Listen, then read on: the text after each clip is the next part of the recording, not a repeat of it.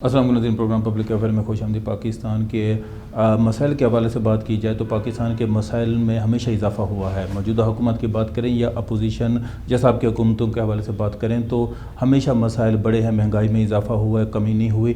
اگر ہم بات کریں موجودہ حکومت کے حوالے سے تو اپوزیشن ہماری تقریباً نااہل اگر کہا جائے تو وہ اس میں کوئی شک والی بات نہیں ہے۔ اگر ہم پچھلے دنوں کی بات کریں تو لاسٹ سے تقریباً اسی مہینے کی بات کریں تو اس مہینے میں حکومت نے ایک ہی دن کے اندر 27 کے قریب جو ہے نا وہ جوائنٹ سیشن بلا کر بل منظور کروائے، اور جو ہے نا اس میں سب سے زیادہ جس پر سب سے زیادہ بحث کی گئی وہ جو ہے نا وہ کلبھوشن یادو کو جو ہے نا وہ اپیل کا حق کے حوالے سے تھا، اور دوسرا اس سے بڑا جو ہے نا وہ کندھا الیکٹرانک ووٹنگ کے حوالے سے تھا۔ ان تمام موضوعات کے ساتھ ہمارے ساتھ بات کرنے کے لیے موجود ہیں زیاد مشمانی صاحب، اس کے ساتھ ہمیں جوائن کریں گی فریہ ادریس صاحب۔ تو میں سب سے پہلے جو ہے نا وہ بات کروں گا الیکشن کے حوالے سے۔ اگر بات کریں تو جس طرح اپوزیشن ایک نعرہ لگایا کہ جی ہم جو ای ووٹنگ والا جو الیکٹرانک ووٹنگ والی مشین ہے کا بل ہم پاس دیں گے، لیکن وہ بل پاس ہوا۔ کیا آپ سمجھتے ہیں کہ حکومت اور جو الیکشن کمیشن ہے وہ 2023 کے الیکشن کروانے میں کامیاب ہو جائے گی الیکٹرانک ووٹنگ پر؟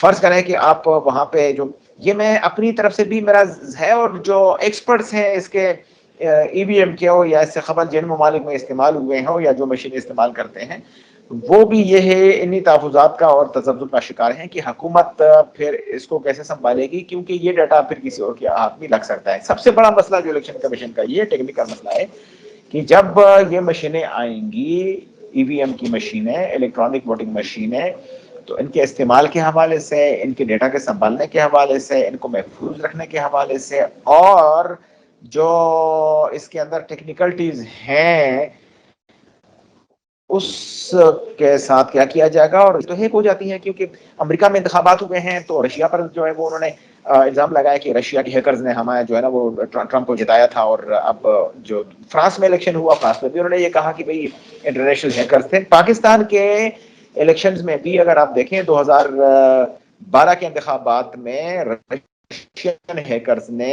اپروچ کی تھی اور پاکستان کے الیکشن کمیشن کے جو ویب سائٹ ہے اس کو ہیک کر لیا تھا۔ یہ تو الیکشن کمیشن کے ہمارے جو ریلیونٹ ڈپارٹمنٹ کے لوگ ہیں انہوں نے اپنے اس کو سائڈ پہ کر لیا تھا، اور ایک بہت بڑا ہیوج ڈیٹا انہوں نے ان کے ویب سائٹ پہ چھوڑ دیا تھا، ورنہ یہ کولیپس ہو جاتا۔ اب بالکل صحیح ہے۔ قانون تو اگر میں منظور ہو دوسری چکا، سائڈ پہ قانون آخری بات قانون تو منظور ہو چکا ہے، اس کا عبادت ہے کہ وہ قانون کے مطابق اپنے آپ کو آگے بڑھائے، لیکن اس کی جو کانسیکوینسز ہوں گی مجھے سمجھ نہیں آتی کہ اس کو پھر ٹیکل کیسے کیا جائے گا۔ تقریباً 1-1.5 ہفتہ ہو گیا ہے تو وہ جو نا بیان حلفی کا دور چل رہا ہے، آڈیو لیکس کا جو نا یہ چل رہا ہے۔ آپ کیا سمجھتے ہیں جو ابھی جو یہ آڈیو لیکس ہوئی ہیں، اگر ہم ماضی کے بھی بیان حلفی دیکھیں، دو جو ہے نا وہ درانی صاحب کا بھی ایک بیان حلفی سپریم کورٹ میں بھی پڑا ہوا ہے، اس کے علاوہ ایک اور بھی جو ہے نا وہ جج صاحب کا آیا تھا حسن نواز کے حوالے سے ایفیڈیوٹ، اور دوسرا ابھی جو ایفیڈیوٹ آیا ہے جج نسیم کا، شمیم صاحب کا۔ تو آپ کیا سمجھتے ہیں اس سے حکومت اور جو ہے نا نون لیگ کو کتنا فائدہ اور کتنا نقصان ہوگا؟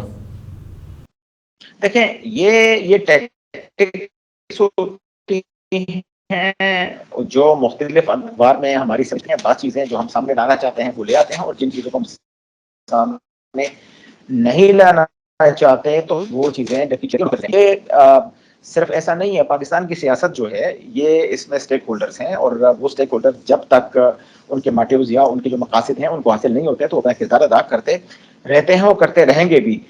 اب یہ جو آپ نے آڈیو لیک کا معاملہ اٹھایا ہے، ایفیڈیوٹس کا معاملہ اٹھایا ہے، یا جو باقی معاملات ہیں، اب چونکہ یہ حکومت 3 سال گزار چکی ہے اور اب آئندہ سال جو آنے والا ہے وہ انتخابات کی تیاریوں کا سال ہے، اس لیے بھی یہ جو سیاسی جماعتیں ہیں یہ زیادہ ایکٹیو نظر آ رہی ہیں، اور اس طرح کے معاملات بہت سی ایسی چیزیں ہوتی ہیں جن کو انہوں نے سنبھال کر رکھا ہوتا ہے بعض اداروں نے، اور پھر وہ ان کو جو ہے نا وہ پلے کر کے دکھا بھی دیتے ہیں، لیکن ان چیزوں سے کوئی بڑا اثر نہیں پڑتا۔ جن لوگوں نے پی ٹی آئی کو ووٹ دینا ہے وہ پی ٹی آئی کو ووٹ دیں گے، وہ ان کے سپورٹس ہیں، اور جن لوگوں نے ان کی مخالفت کرنی ہے ان کی مخالفت کریں گے۔ اور ایک بات چیز ہے یہ جو سامنے آتی ہے، ان کی تحقیقات بھی ہوتی رہتی ہیں، آج کل تو سائنٹیفک معاملہ ہے، یہ کہتے ہیں کہ بالکل انہوں نے صحیح جو ہے نا وہ کی حکومت جو ہے نا کو روکنے کی کوشش کی گئی ہے، اور موجودہ حکومت کو لانے کے لیے راستہ ہموار کیا گیا ہے، جبکہ موجودہ حکومت کا یہ موقف ہے کہ وہ جو باقی جو ان کی تحقیقات آئی ہیں یا جو ٹی وی چینل پر ان کا کلپس توڑ توڑ کے پیش کی گئی ہیں کہ وہ ان کا کچا چٹا کھول دیا گیا ہے اور یہ ایک فیک انہوں نے اس کو قرار دیا ہے. یہ فیک ہے یا فیک نہیں ہے ابھی اس پر چیزیں جو آنے والی ہیں. کل یا آئندہ 2-3 دن میں سینٹ اور قومی اسمبلی کی جو انفارمیشن سے متعلق اسٹینڈنگ کمیٹیز ہیں ان میں یہ معاملہ آئے گا, ڈیبیٹ بھی ہوگا اور وہ چیزیں بھی سامنے آئیں گی. ٹھیک ہے, آپ کیا سمجھیں جس طرح مریم نواز نے آڈیو لیک کے بعد پریس کانفرنس کرتے ہوئے ایک صحافی کے سوال کیا جی ہاں جی وہ جو آڈیو لیک ہوئی ہے وہ میری ہے, جس طرح انہوں نے ایک قسم کا دعویٰ بھی کیا ہے کہ جو 10 ارب روپے تھے وہ ہم نے اپنا ایک میڈیا سیل تھا ہم نے اپنے پسندیدہ لوگوں کو کیا. تو آپ کیا سمجھتے ہیں یہ بیانات جس طرح دوسرے بیانات کو اگر تقسیم ہوتے ہیں تو جو حکومت نے دعویٰ کیا جی ہم اس کی تحقیقات, اس کا جو ہے نا نون لیگ کے اوپر کتنا اثر پڑ سکتا ہے؟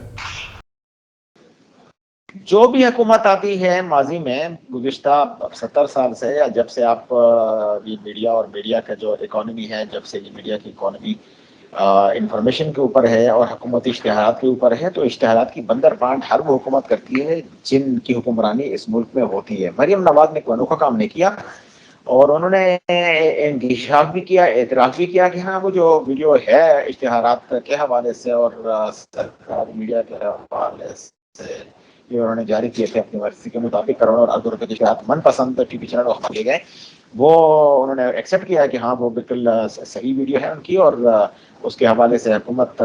مین مسئلہ یہ ہے کہ اگر مریم نواز نے ایک غلط کام کیا ہے یا انہوں نے من پسند اداروں کو اشتہارات کروڑوں اور اربوں روپے کے دیے ہیں, تو جب موجودہ حکومت آئی ان کو معاملہ ٹھیک کر دینا چاہیے تھا.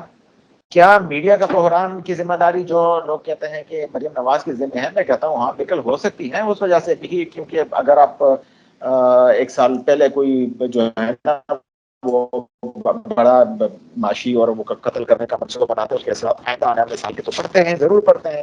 لیکن موجودہ حکومت جو آئی تو موجودہ حکومت کے دور میں مہنگائی کا اضافہ کہاں سے کہاں پہنچ گیا. موجودہ حکومت کے دور میں میڈیا کے حالات کیسے ہوئے. گزشتہ روز کراچی میں ہمارے ایک دوست نے خودکشی کی ہے, تو اس کی ذمہ داری کس پر عائد ہوتی ہے؟ اصل بات یہ ہے کہ جو کچھ بھی ہے تو وہ میاں نواز شریف نے کیا, جو کچھ بھی ہے وہ زرداری نے کیا. ٹھیک ہے میاں نواز شریف اور زرداری کرپٹ لوگ ہیں, کرپشن انہوں نے کی ہے, لیکن مجھے ایک بات بتائیں یہاں نہا دھو کے کون آگے بیٹھا ہوا ہے؟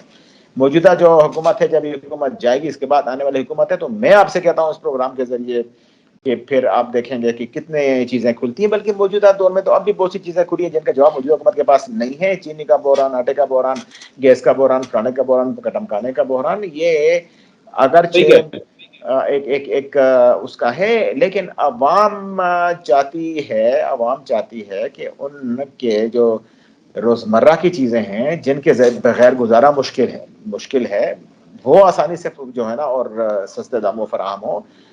لوگ ناکو ناک آ چکے ہیں. ہم کب تک کن کن چیزوں کے حوالے سے کہیں گے کہ گزشتہ 10 سال 12 سال میں 10 سال کی باتیں کیوں کرتے ہو بھائی؟ آپ 70 سال کی بات کیوں بھی کرتے ہو؟ آپ نے اگر احتساب کرنا ہے تو 70 سال کا 77 سال کا احتساب کرو. 47 سے لے کے اب تک جن لوگوں نے کھایا پیا ان کو پھانسی چڑھائیں, ان کو اٹھائیں, لائیں, میدان میں لے کے آ جائیں. لیکن یہ کہنا کہ پچھلے 10 سال, پچھلے 5 سال, پچھلے 3 سال, پچھلے 2 سال, ٹھیک ہے صحیح ہے, جو کرپٹ ہیں ان کو کٹڑے میں ہونا چاہیے, لیکن مین مسئلہ عوامی مسائل کا ہے. عوام کے مسائل حل ہوں گے, مہنگائی کم ہوگی, انویسٹمنٹ آئے گی, ملازمتوں کے مواقع لوگوں کو ملیں گے, ہیلتھ اور بنیادی سہولیات ملیں گے, آپ کے بچے کو دودھ ملے گا. ساری جو اپوزیشن کی جو جماعتیں ہیں وہ ایک دفعہ پھر جو ہے نا وہ اکٹھی ہونے کی کوشش کر رہی ہیں اور وہ کہہ رہی ہیں کہ ہم دوبارہ اکٹھے ہو کر جو ہے نا وہ پی ڈی ایم کی صورت میں حکومت کو ٹف ٹائم دیں گے. تو آپ ان ساری چیزوں کو کس طرح دیکھتے ہیں؟ کیا یہ جو دونوں جماعتیں ہیں کیا یا باقی جتنی بھی جماعتیں اکٹھی ہو کر حکومت کو ٹف ٹائم دینے میں کامیاب ہو جائیں گی؟ جب سے موجودہ حکومت ہمارے وجود میں آئی, پی ٹی آئی کی حکومت, وزیر اعظم عمران خان کی حکومت جب سے بنی, تو انتخابات کے نتائج کے بعد بالکل شروع سے ہی اپوزیشن نے ان کو اعتراض اور تنقید کا نشانہ بنایا. اپوزیشن نے آل پارٹیز کانفرنسز طلب کی, بلائیں, نتائج کو مسترد کیا اور کہا کہ یہ حکومت دھاندلی کی پیداوار ہے, ہم اس کو قبول نہیں کریں گے. منسٹرز انکلیو میں پہلی میٹنگ ہوئی تھی اپوزیشن کی, جس میں تمام سیاسی جماعتیں شریک ہوئی تھیں. مولانا فضل الرحمان سرکردہ اور پیش پیش ان میں تھے، اور ایک لائعمل اختیار کیا گیا تھا اور کہا گیا تھا کہ حکومت کے خلاف مشترکہ جد و جہد عمل میں لائی جائے گی۔ وہ جد و جہد آگے بڑھتے بڑھتے بڑھتے بڑھتے بڑھتے بڑھتے اب جو ہے اس نہج پر پہنچی کہ کئی انہوں نے اے پی سیز کی، کئی آل پارٹیز کانفرنسز کیے، کئی میٹنگز بلائیں، اور پی ڈی ایم جو پاکستان ڈیموکریٹک موومنٹ ہے، اور اس سے قبل پی ڈی ایم کی اسٹیئرنگ کمیٹی بنائی گئی، پھر پی ڈی ایم بنی، اور پھر پی ڈی ایم جو ہے وہ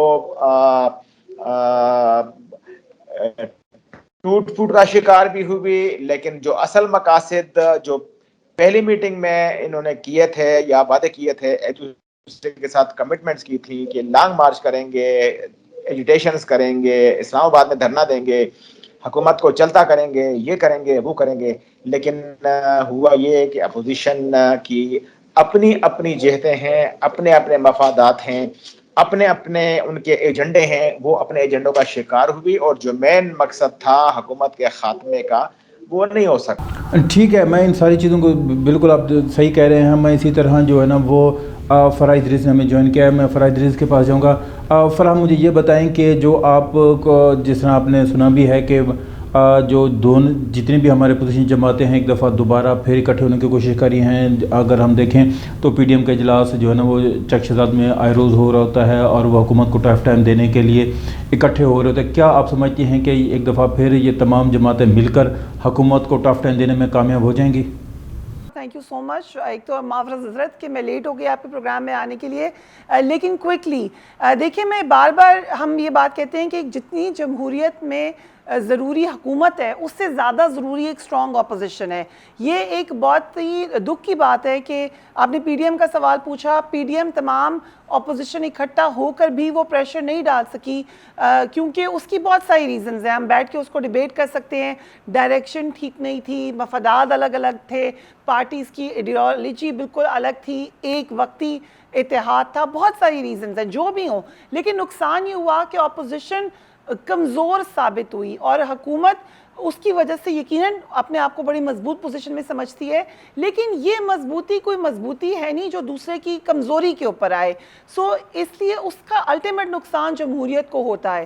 جہاں پر مجھے پی ڈی ایم کے دوبارہ اکٹھے ہونے میں ایک انٹرسٹ ضرور ہے as a journalist, it's a story, لیکن کیا اس سے کچھ حتمی طور پہ نکلے گا؟ مجھے لاسٹ ٹائم ہی نہیں لگتا تھا کہ کچھ ہوگا، نہ ابھی لگتا ہے، ابھی تک یہی لگتا ہے کہ تمام عوامل ہیں کہ حکومت ٹائم پورا کرے گی۔ اگر ہم اپوزیشن کے حوالے سے بات کریں، جو مریم نواز نون لیگ کی، خاص طور پر اگر نون لیگ کی بات کریں تو مریم نواز کا ذکر آتا ہے، اگر بلاول کی پی پی کی بات کریں تو بلاول ہی ان دونوں کو دیکھ رہے ہیں۔ اگر دونوں کی جو اپوزیشن کی سیاست کو دیکھیں، نون لیگ جو مریم ہے وہ اداروں کے ساتھ تصادم، کبھی فوج پر حملہ، کبھی عدلیہ پر حملہ، کبھی حکومتی اداروں پہ تنقید۔ اگر بلاول حق کے حوالے سے بات کریں تو بلاول نے ایک درمیانہ رستہ رکھا۔ دونوں کے راستے مختلف ہیں، لیکن عوام کے بارے میں کیوں نہیں یہ سوچ رہے لوگ؟ اصل مسئلہ یہ ہے کہ پاکستان میں لیڈرشپ کا فقدان ہے۔ پاکستان کے لوگوں کی یہ بدقسمتی ہے کہ ہم شخصیات کی سیاسی جماعتوں کے گرد گھومتے رہتے ہیں۔ اگر نون لیگ سے میاں نواز شریف کو نکالیں، شہباز شریف کو نکالیں، پیچھے کوئی باقی بچتا نہیں ہے۔ پیپلز پارٹی سے آصف زرداری کو نکالیں، بلاول بھٹو زرداری کو نکالیں، پیچھے کیا بچتا ہے؟ جے یو آئی سے مولانا فضل الرحمان کو نکالیں، اے این پی سے آپ اسفندر ولی خان کو نکالیں، دیگر جو سیاسی نظریاتی جماعتیں، سیاسی جماعتیں پاکستان میں پنپ ہی نہیں سکی ہیں۔ 350 سیاسی جماعتیں ہیں پاکستان کی الیکشن کمیشن کے پاس رجسٹرڈ، لیکن ان میں 10 سے 15 جماعتیں ہیں جو انتخابی سیاست میں سامنے آتی ہیں۔ تو پاکستانی سیاست کا مسئلہ یہی ہے کہ ہم شخصیات کے گرد ہیں۔ اللہ کرے کہ ہمارے ہاں لیڈرشپ پیدا ہو۔ لیڈرشپ جو ہے وہ اس طرح نہیں ہوتی، ان کے فیصلے ہوتے ہیں۔ دنیا آپ دیکھیں نا، چین دیکھیں کہاں سے کہاں پہنچ گیا ہے، اور یہ دیکھیں اتنا جنگ زدہ علاقہ ہے، لیکن طالبان اپنے پاؤں پہ کھڑے، اس وقت 2002 میں بھی ہوا تھا، 1 سیکنڈ وہ دوبارہ پنپ رہے ہیں اور کھڑے ہو رہے ہیں۔ جب تک ہم کرپشن کو ختم نہیں کریں گے، جب تک ہم کرپٹ لوگوں کو نہیں پکڑیں گے۔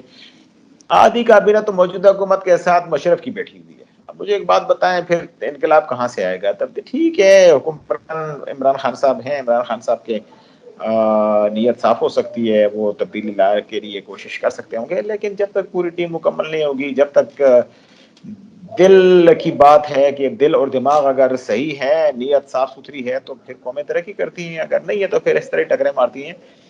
تو ہمارا مسئلہ لیڈرشپ کا ہے.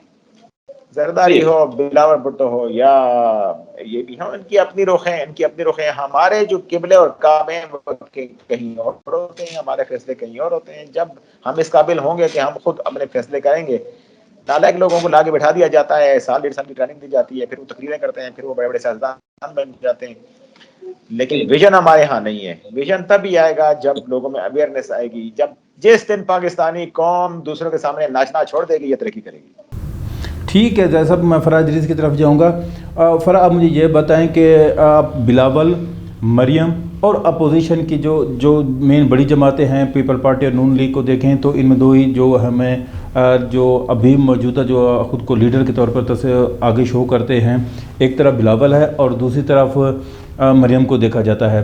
اب دونوں کی جو سیاسی بساط اس کو کس طرح دیکھتی ہیں؟ آپ کیا سمجھتی ہیں؟ کیا نون لیگ اپنے جو ان کے جو سیاست کے طور پہ چل رہی ہے، جو ان کا وے ہے وہ ٹھیک ہے، یا پیپل پارٹی کا؟ دیکھیں یہ اب پی ایم ایل این کی انر ڈائنامکس ہیں، اور پولیٹیکل فرنٹ پہ اگر ابھی کمپیریزن کرنا ہم کر سکتے ہیں شہباز شریف اور مریم نواز کا. لیکن جہاں پہ مریم نواز کی بہت سارے اداروں کی تصادم کی پالیسی میں بہت نقصانات ہیں، وہاں پر ایز اے لیڈر انہوں نے یقیناً ان کے جو ناقد ہیں وہ بھی مانتے ہیں کہ انہوں نے اپنے آپ کو بنوایا ہے. اور پی ایم ایل این میں فور فرنٹ پہ جا کے کسی نے اگر اپوزیشن کی ہے تو وہ مریم نواز نہیں کی ہے. لیکن مریم نواز کی جو کانٹینٹ تھا اس کے اوپر اختلاف کیا جا سکتا ہے. اس کو آپ کمپیئر کر لیں بلاول بھٹو کے کانٹینٹ سے تو بلاول بھٹو کے آپ کو نظریاتی معاملات پہ اختلاف نظر آئے گا. مریم نواز کی بہت ساری معاملات جو ہیں وہ پھر ذاتی ہوتی ہوئی نظر آتی ہیں. سو یہ الگ الگ ہیں. اس میں نے کہا نا بہت سارے ملٹی فیسٹڈ ریزنز ہیں. پھر مولانا فضل الرحمان بھی ہیں، بہت سارے فیکٹرز ہیں. So it's not just one factor. لیکن جہاں تک حکومت کی کارکردگی کی بات ہے، یہ اسی سوال سے جڑی ہوئی ہے کہ ہم بات کریں ایک کمزور اپوزیشن کی. وہی کمزور اپوزیشن یا کمزور پچھلی حکومتیں یاد کرانی پڑی عمران خان صاحب پرائم منسٹر کو یا پی ٹی آئی کو، اپنی کارکردگی کے بجائے ان کو یاد دہانی کرانی پڑی کہ ان کمپیریزن دیکھیں چیزوں کو. اور یقیناً چیزوں کو ان کمپیریزن دیکھنا بھی چاہیے. لیکن جہاں تک 3 سال کی کارکردگی ہے اس میں بہت ساری چیزیں ہیں جو اس سے بہت بہتر ہو سکتی تھی، بہت ساری بہتر ہیں جو ہونا شروع ہی نہیں ہوئی، اور بہت ساری چیزیں ایسی ہیں جہاں پہ ہمیں تھوڑی تھوڑی تبدیلی یقیناً نظر آئی ہے. وہ پھر ہم بعد میں کسی دن ڈیبیٹ کر لیں گے. پروگرام کے آخر میں اپنے دونوں مہمانوں کا شکر ادا کرتا ہوں کہ انہوں نے پروگرام میں شرکت کی اور جو نا حقائق سے مجھے اور پوری قوم کو آگاہ کیا. ناظرین اپنا خیال رکھیں، اپنے ارد گرد تمام لوگوں کا خیال رکھیں. بہت شکریہ. اللہ حافظ.